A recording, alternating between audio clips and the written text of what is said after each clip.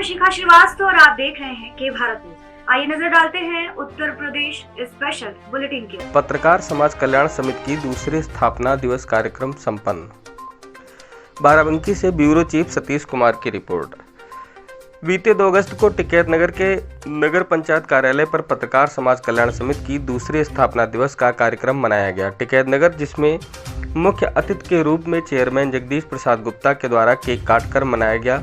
मौके पर मौजूद रहे पत्रकार समाज कल्याण समिति के जिला अध्यक्ष हामिद अंसारी ने बताया, पत्रकार कल्याण समिति का गठन पत्रकारों के शोषण को देखते हुए किया गया है ताकि पत्रकारों की हर संभव मदद की जा सके। टिकैत नगर कोतवाली के एसएसआई अमित पांडे, दीवान नरेंद्र कुमार यादव, अखिल भारतीय उद्योग व्यापार मंडल विधानसभा प्रभारी सुनील गुप्ता, नगर अध्यक्ष कृपा शंकर शुक्ला, पंकज शुक्ला, सचिन निगम, पत्रकार समाज कल्याण समिति जिला अध्यक्ष एम हामिद अंसारी के नेतृत्व में संपन्न हुआ स्थापना दिवस। वहीं तहसील हैदरगढ़ से तहसील अध्यक्ष सुधीर शर्मा, तहसील उपाध्यक्ष राकेश पाठक, तहसील सचिव राजेश कुमार, राम कुमार वर्मा, राजमणि राजवंत, सुदीप वर्मा, ओम प्रकाश श्रीवास्तव आदि सैकड़ों की संख्या में पत्रकार समाज कल्याण समिति के सदस्य मौजूद रहे। समाज कल्याण समिति मैं जिला अध्यक्ष बाराबंकी और ये हमारे संगठन का द्वितीय स्थापना दिवस है। इस अवसर पर हमारे तमाम क्षेत्र के जो जिला बाराबंकी के जितने भी कोने कोने से आए पत्रकार हैं, उनके साथ इसका द्वितीय स्थापना दिवस मनाया गया है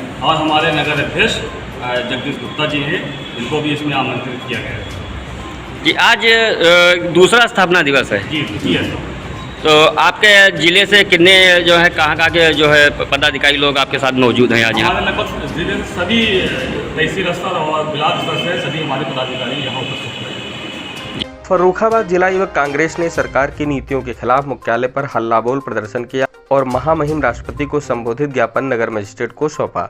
इससे पूर्व युवा कांग्रेसियों ने जिलाध्यक्ष युवा शुभम तिवारी के नेतृत्व में पदयात्रा जुलूस निकाला और सरकार की जनविरोधी नीतियों के खिलाफ नारेबाजी की।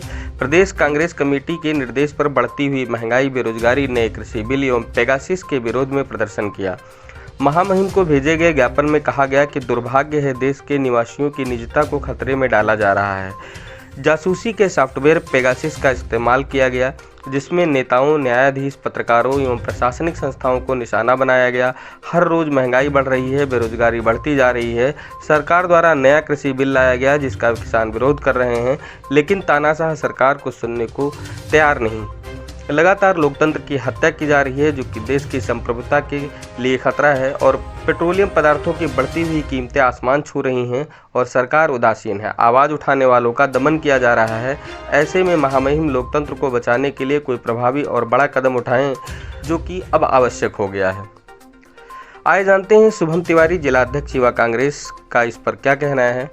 हम लोगों की एक मांग है जो हम लोग राष्ट्रीय स्तर पर उठा रहे हैं कि वर्तमान में जो लोकतांत्रिक मूल्यों का हनन हो रहा है सरकार के अंदर, वो कहीं ना कहीं बड़ा चिंता का विषय है।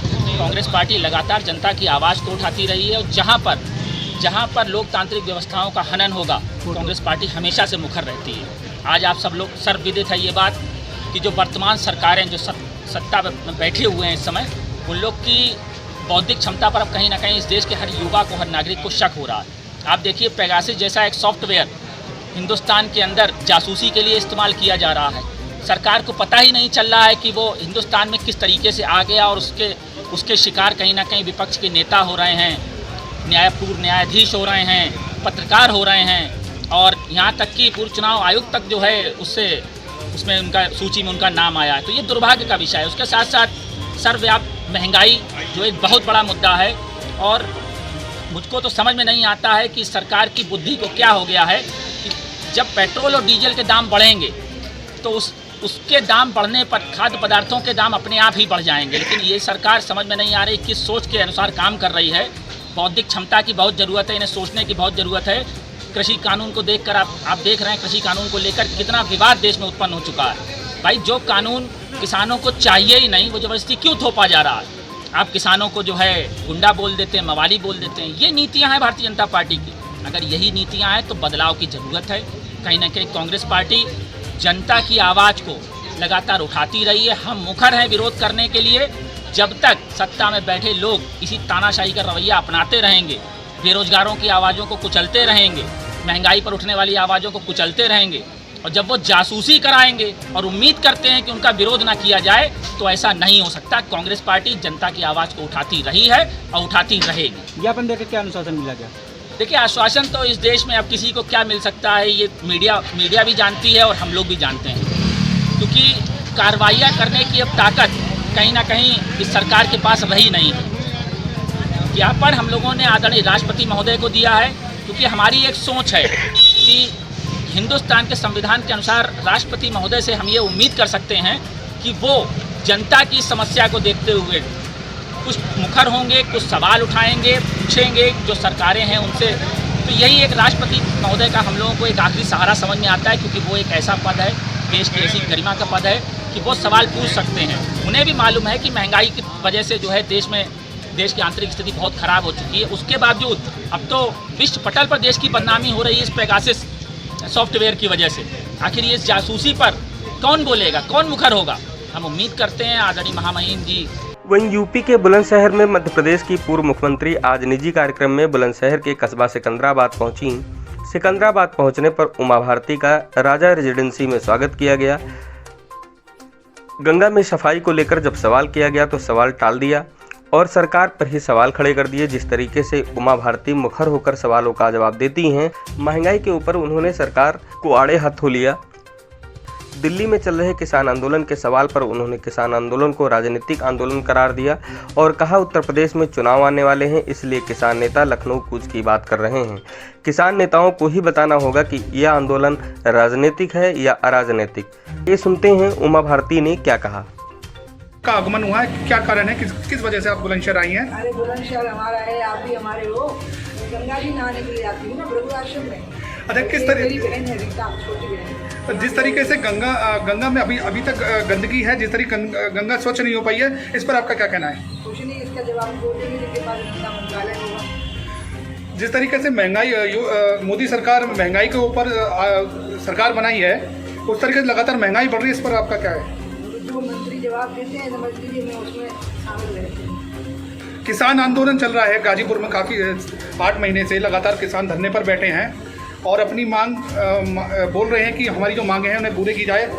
और मोदी जी ने भी कहा है कि एक फ़ोन कॉल की दूरी पर हैं, लेकिन अब तक संपर्क क्यों नहीं हो पा रहा है, इस पर आपका क्या कहना है? किसान आंदोलन वालों ने ये कहा कि हम लखनऊ की ओर मार्च करेंगे, तो ये राजनीतिक आंदोलन हो गया है, क्योंकि अब चुनाव उत्तर प्रदेश में, यानी चुनाव को निशाने पर रख के आंदोलन चलता है। मैं चाहूँगी कि किसान आंदोलन वाले पहले इसको क्लियर कर दें कि आंदोलन राजनीतिक है कि राजनीतिक नहीं है, तब किसी बात का जवाब दे पाएंगे। बीजेपी के ट्विटर हैंडल से एक ट्वीट हुआ था जिसमें जो किसान नेता हैं उन्हें खींचते हुए दिखाया जा रहा है, उस पर आप क्या कहेंगे? वही जवाब देंगे जिसने ट्वीट किया है, मैं क्यों दूँगी? ठीक है, थैंक यू। तो वहीं फर्रुखाबाद से खनन निरीक्षक बताकर अवैध वसूली करने वालों को खनन निरीक्षक राजीव रंजन ने पकड़कर पुलिस को सौंपा है। उन्होंने रिपोर्ट दर्ज कराने के लिए तहरीर दी है। बीते दिनों बेबर रोड भाऊपुर स्थित कृष्णा धर्मकांटा पर रहने वाले लौआ नगला मानपट्टी निवासी सुधीर कुमार यादव तथा नगला कलार निवासी दुर्गेश राजपूत रात्रि के समय ड्यूटी कर रहे थे। बीती 1 अगस्त की रात लगभग 4 बजे अभय सिंह पुत्र अश्विनी कुमार, विवेक पुत्र कश्मीर सिंह निवासीगढ़ महरूप, रावी देवरान गढ़िया थाना कमालगंज अपने 4 अज्ञात साथियों के साथ स्कॉर्पियो कार संख्या UP 32 LX 1717 पर सवार होकर वहां पहुंचे और धर्मकांटा व उसके आसपास खड़े मोरंग से भरे ट्रक चालकों से खनन अधिकारी बनकर मारपीट करते हुए अवैध वसूली करने लगे। गाली गलौज करते हुए सुधीर कुमार से भी गेट खुलवाने का प्रयास किया, लेकिन उन्होंने गेट न खोलकर शोर मचाना शुरू कर दिया, जिस पर यह लोग अपनी गाड़ी लेकर भाग गए। सुधीर कुमार ने इस बात की जानकारी खनन निरीक्षक राजीव रंजन को दी तो वो इन लोगों की तलाश में जुट गए। उन्होंने अभय सिंह पुत्र अश्विनी कुमार सिंह, विवेक पुत्र कश्मीर सिंह को मशीनी चौराहे के पास सैनिक धर्मकांटा के निकट गाड़ी सहित पकड़ लिया और उन्हें पुलिस को सौंपते हुए रिपोर्ट दर्ज कराने के लिए तहरीर दी है। आइए जानते हैं राजीव रंजन खनन निरीक्षक का इस पूरे प्रकरण पर क्या कहना है। रात को काली की स्कॉर्पियो पकड़ी गई, उसमें जो लोग सवार थे, क्या पूरा मामला है सर? असल में कुछ दिनों से शिकायतें ये आ रही थी कि कोई जो है खनन विभाग बन करके कोई फर्जी लोग अपने आप को खनन अधिकारी बता करके रात को जो है निकलते थे अपने पूरे गैंग के साथ, स्कॉर्पियो है काले रंग की, उसी से। तो फिर सूचनाएँ आ रही थी लोगों की, तो उनको जो है उसे वसूली क्या करते थे लोग रात बेरात। उनको पकड़ा गया है, कल पकड़ में आए हैं लोग। क्या नाम है सर उनके? नाम है दो लोगों, एक का नाम उसका विवेक नाम है, एक अभय नाम, अभय सिंह बता रहे हैं, एक विवेक बता रहे हैं, दो लोग। सर गाड़ी पे कुछ लिखा वगैरह मिला है? उस पर जो है एमओ लिखा हुआ है और हूटर भी लगे हैं उसमें, और गाड़ी का नंबर जो है UP 32 LX 1717 है, जो कि उनको बताया गया था शिकायतकर्ताओं के द्वारा। ये पूरा मामला। अब उनको जो है तहरीर दे दी आपने? हाँ, तहरीर मैं दे दिया हूँ रात में ही, और उन पर जो है पुलिस के द्वारा उचित कार्रवाई की जाएगी। जाँच चल रही है उसकी अभी। Thank you sir. ऐसी तमाम खबरों के लिए हमारे साथ बने रहिए और देखते रहिए कि भारत।